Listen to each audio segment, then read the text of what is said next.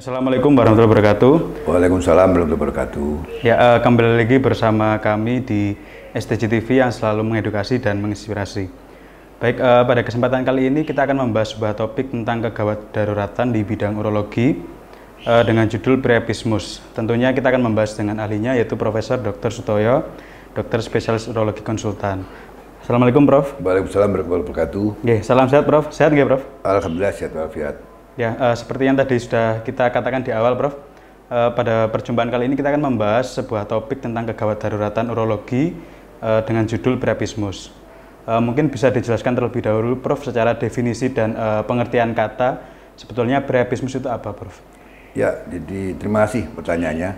Jadi priapismus itu adalah definisinya adalah orang yang melakukan ada pada pria tentunya yang mengalami ereksi berkepanjangan. Jadi ereksi berkepanjangan lebih dari 4 jam. Keluarnya biasanya tentunya adalah nyeri dan tentunya penisnya karena ereksi tentunya keras. Jadi penisnya keras, padat dan nyeri sekali dan biasanya lebih dari 4 jam kita diagnosis sebagai priapismus. Arti kata priapismus sendiri diambil dari bahasa Yunani, yaitu di sana itu ditokohkan bahwa orang Yunani itu dewa Yunani itu palaknya besar. Bukan palak, setelah itu Glans. Glandnya itu, kelanya. Kepala penisnya itu nggak, Prof? Iya, kepala penisnya, penis besar, namanya priapisme itu. Namanya priapismus dari asal kata dari bahasa Yunani itu. Iya. Baik, jadi secara definisi adalah terjadinya ereksi pada pria secara berkepanjangan dengan durasi lebih dari 4 jam Ya. dan tanpa rangsangan, ya, Prof? Bisa tanpa rangsangan. Ya, jadi bisa terjadi tanpa rangsangan seksual begitu, nggak, Prof? Ya. Kemudian kira-kira secara kejadian, Prof, atau prevalensi, secara prevalensi dunia kira-kira berapa nih, Prof? Ya, memang kasusnya jarang sekali. Jadi jarang sekali itu sedikit yang mudah kita ketahui adalah di dunia itu prevalensinya satu pasien itu per 100.000 orang. Jadi satu dua pasien lah. 1-2 pasien per 100.000 orang itu di dunia. Sedang di Indonesia kita belum menemukan, mungkin perlu ada penelitian yang perlu mengumpulkan data-data tentang priapismus itu. Tapi di tempat praktek saya pernah menemukan itu ya 1-2 kali, itu per tahun lah, 1 kali per tahun yang sering terjadi itu. Di tempat-tempat rujukan tentunya lebih sering terjadi, tempat-tempat rujukan. Dan biasanya juga terjadi pada usia sekitar 40 tahun ke atas biasanya. Gitu. Ya. Jadi Prof Sutoyo sendiri pernah mendapati pasien dengan priapismus begitu nggak, Prof? Nah, pernah. Kemudian secara prevalensi dunia kejadiannya 1 hingga 2 orang dalam 100.000 orang per tahun. Per tahun. Jadi bisa dikatakan cukup jarang ya, Prof? Jarang sekali. Nah, karena angka kejadiannya cukup jarang ini, kira-kira etiologi atau penyebabnya sendiri itu apa sih, Prof? Ya, jadi etiologinya sampai sekarang belum jelas ya, jadi tidak jelas, jadi belum tahu kenapa itu ya. Tapi beberapa disinyalir adalah bisa karena kelainan darah ya, jadi hematologi itu kelainan darah, mungkin bisa karena sickle cell disease atau mungkin thalassemia atau leukemia itu bisa terjadi, atau bisa juga kelainan metabolik bisa terjadi, atau mungkin juga kelainan saraf ya, neurologi kelainan sarafnya, bisa juga trauma di darah penis atau di darah perineum, bisa juga itu karena obat-obatan ya, misalnya obat-obatan vasoaktif ya, bisa juga minum obat-obat alpha blocker ya, kemudian juga minum alkohol ya, obat perangsang dan sebagainya bisa terjadi, itu antara lain ya. Jadi memang sampai sekarang penyebabnya belum tahu, 60% tidak ketahui penyebabnya, atau 60% idiopatик gitu. Hormonal juga bisa hormonal bisa juga yang habis suntik testosteron dan sebagainya itu bisa terjadi. Iya. Ya, jadi teman-teman secara umum ini untuk prevalensinya, mohon maaf, untuk penyebabnya ini masih idiopatik begitu nggak, Prof? Atau masih belum diketahui. Tapi ada berbagai macam pendapat, bisa karena ada kelainan darah, kemudian ada toksin dari sengatan serangga, dan bisa karena obat-obatan ataupun karena hormonal begitu nggak, Prof? Betul. Kemudian bagaimana, Prof, cara kita menegakkan diagnosis bahwa seseorang ini mengalami priapismus begitu, Prof? Ya, jadi biasanya pasien datang itu keluhannya itu anamnesisnya biasanya keluhan datang dengan penisnya ereksi, sudah lama ndak lemes-lemes kan sakit. Nah, jadi sakit atau nyeri ya. Jadi datang ke tempat saya biasanya atau ke tempat dokter lain, nanti biasanya kalau adalah penisnya nyeri, tentunya tegang karena ereksi tadi itu tegang, dan kok sudah lama ndak lemes-lemes. Biasanya kalau habis ereksi kemudian setelah melakukan sesuatu kegiatan seksual dan sebagainya biasanya langsung lemes. Ini enggak. Ini ereksinya terus berkepanjangan, lama sekali. Kadang-kadang sampai ya guyonan itu kadang-kadang sudah berkali-kali berhubungan masih ereksi terus itu kadang begitu.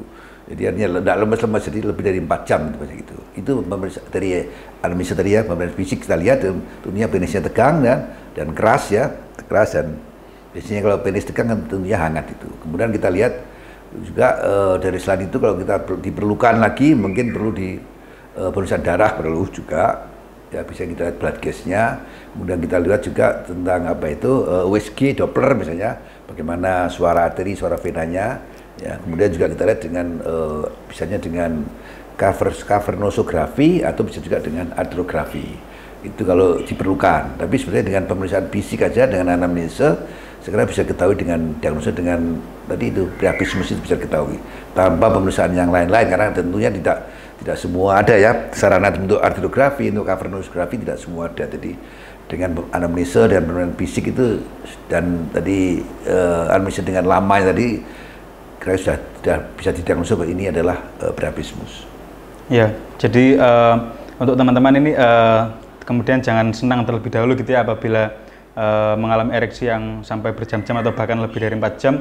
Jadi harus diwaspadai, bisa jadi ini adalah priapismus begitu ya Pak? Dan untuk penegakan diagnosisnya memang cukup banyak, bisa dilakukan dari anamnesis, kemudian pemeriksaan fisik, dan tentunya ada pemeriksaan penunjang lain seperti arteriografi atau cavernosografi. Kalau diperlukan. Apabila diperlukan. Kemudian untuk pengobatannya sendiri bagaimana Prof? Kira-kira apakah perlu dilakukan tindakan seperti operasi begitu Prof? Ya, jadi gini. Jadi pertama biasanya kita kalau ada pasien tadi itu biasanya dengan kita lakukan dipungsi ya, dipungsi di daerah gland penisnya itu, disedot itu dengan jarum pungsi yang besar, kemudian kita aspirasi dengan spet ya, kita biasanya keluar dari klot itu, klot udara banyak sekali klotnya itu, biasanya terus kemudian setelah itu kita irigasi dengan NaCl itu, jadi apa PZ itu ya, NaCl itu diirigasi. Kemudian terus setelah itu kemudian kita berikan injeksi juga di intracavernosa dengan apa itu arterioreseptor agonis dimasukkan di situ ya, injeksi di situ. Tentunya ada waktunya ya, berkali-kali kita coba. Kemudian itu biasanya sudah membaik biasanya. Nah kalau bagaimana tidak membaik itu kita lakukan pembedahan. Kita hubungkan pembedahan, kita buat sun antara arteri dan venanya, kita sunnya maka dia akan menjadi lemes ya itu ya. Yang penting jangan sampai kita terlambat menangani tadi itu. Lebih dari 4 jam biasanya sering terjadi komplikasi dan terjadi disfungsi ereksi yang permanen, jadi susah ya. Jadi harus segera cepat kalau ada gangguan tadi itu, gangguan ereksi berkepanjangan, harus segera ke dokter tentunya. Ya, ya jadi memang awalnya mungkin bisa dilakukan terapi melalui obat-obatan terlebih dahulu begitu nggak Prof? Ya. Apabila ternyata masih belum berhasil, maka bisa dilakukan tindakan pembedahan. Ya. Pertama diaspirasi, aspirasi terlebih dahulu nggak Prof? Ya, aspirasi itu biasanya keluar itu klot itu. Setelah itu biasanya keluar darah segar. Nah itu tanda-tanda sudah menjadi baik itu. Kalau belum itu tetap dilakukan irigasi ya, diirigasi di spool itu dicoblos tadi itu kan dengan jarum yang besar, kemudian diirigasi dengan NaCl. Setelah itu baru diinjeksi yang intracavernosum itu. Ya, jadi diinjeksi dengan arterioreseptor agonis itu. Iya. Dan yang membuat priapismus ini jadi salah satu kegawat daruratan adalah karena apabila lebih dari 4 jam dapat menimbulkan komplikasi seperti yang tadi Prof. Sutoyo katakan, bisa disfungsi ereksi ataupun bisa nekrosis begitu nggak Prof? Iya. Jadi harus segera ditangani sebelum 4 jam kalau bisa.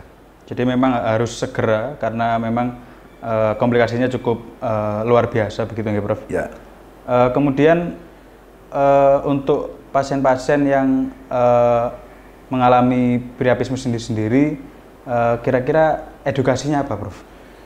Jadi sudah mengalami priapismus berarti tentunya tadi kan sudah pernah ke dokter, tentunya sudah dilakukan tindakan kan, sudah diaspirasi dan sebagainya. Kalau sudah berhasil ya tetap harus hati-hati. Jadi kalau bisa ya dicari penyebabnya, kenapa kok saya pernah terjadi demikian, supaya tidak terjadi lagi, supaya recurrent itu harus dicari penyebabnya apa. Tadi kan ada idiopatik, ada juga yang non idiopatik, maksudnya idiopatik kan 60%, yang non ini kita cari, yang bisa dicari adalah tadi itu apa, ada kelainan darah, ada kelainan metabolik, apa pernah menggunakan obat-obat hormonal, itu ya mungkin bisa dicegah itu, atau menggunakan alkohol dan sebagainya, dicegah itu supaya tidak terjadi recurrent. Kalau yang idiopatik nggak bisa, tapi yang tadi yang faktor lain kan bisa dikendalikan. Kemudian harus ya itu jangan menggunakan obat-obat tentunya yang kira-kira tidak tanpa resep dokter itu. Ya. Jadi tentunya ternyata bisa terjadi recurrent ya Prof? Bisa recurrent, pada priapismus ini. Atau recurrent ya. Recurrent ya. Jadi bermanfaat sekali ilmu pada perjumpaan hari ini. Jadi kalau saya boleh rangkum, priapismus ini terjadinya ereksi dengan durasi lebih dari 4 jam. Kemudian dengan gejala yang biasanya dialami itu rasa nyeri yang hebat begitu nggih Prof. Ya. Dan untuk etiologinya sendiri atau penyebabnya masih sangat banyak dan secara general ini idiopatik. Jadi atau belum diketahui secara jelas penyebabnya 60% idiopatik. Secara 60% idiopatik begitu. Selain itu mungkin dari Prof Sutoyo ada tambahan Prof untuk penutup pada akhir sesi ini. Ya, jadi pada teman-teman sekalian, terutama yang pria tentunya, atau mungkin ibu-ibu punya suami tentunya, kalau misalnya ada yang mengalami ereksi berkepanjangan lebih dari 4 jam itu dan sakit sekali, jangan tambah senang, tapi harus segera ke dokter supaya mendapat pertolongan secepatnya, karena kalau tidak nanti akibatnya fatal. Jadi pertama adalah bisa nekrosis ya, ototnya nekrosis, mudah nekrosis, kemudian juga bisa terjadi disfungsi ereksi yang lama, maksudnya yang permanen, makanya harus segera ke dokter kalau ada itu. Di samping itu juga pencegahannya, di samping tadi itu harus yang jelas pasti pencegahannya bisa juga pasti olahraga, pasti olahraga. Kalau olahraga sering terjadi, maka vaskularisasi daripada penis itu juga bagus, sehingga darah yang masuk juga bagus, darah yang keluar pun bagus. Jadi jangan sampai nanti itu pada darah masuk kemudian yang keluarnya itu buntu, nah, sehingga dia tegang terus. Jadi olahraga tetap pencegahannya salah satunya. Jangan minum alkohol, kemudian juga obat-obatan misalnya untuk obat-obat perangsang dan sebagainya tanpa pengetahuan dokter. Yang tidak sesuai resep dokter ya, begitu ya, Bro? Resep dokter itu pencegahannya itu. Jadi yang sudah terjadi harus segera ke dokter. Ya, jadi memang hal utama yang perlu diwaspadai apabila terjadi ereksi secara berkepanjangan. Kemudian untuk pencegahan tentunya pola hidup yang sehat, yaitu dengan olahraga, kemudian menghindari konsumsi alkohol dan menghindari konsumsi obat-obatan yang tidak sesuai anjuran dokter. Ya. Oke, kurang lebih seperti itu nggih, Prof? Ya. Ya. Baik pemirsa, rasanya kita sudah sampai pada penghujung sesi kali ini. Semoga ilmu yang disampaikan Prof Sutoyo dapat bermanfaat untuk pemirsa dan teman-teman sekalian. Matur nuwun Prof atas ilmu dan kesempatannya. Sami-sami. Semoga kita dapat bertemu kembali pada sesi-sesi berikutnya, tentunya di STJ TV yang selalu mengedukasi dan menginspirasi. Wassalamualaikum warahmatullahi wabarakatuh. Waalaikumsalam warahmatullahi wabarakatuh. Matur nuwun Prof. Sami-sami.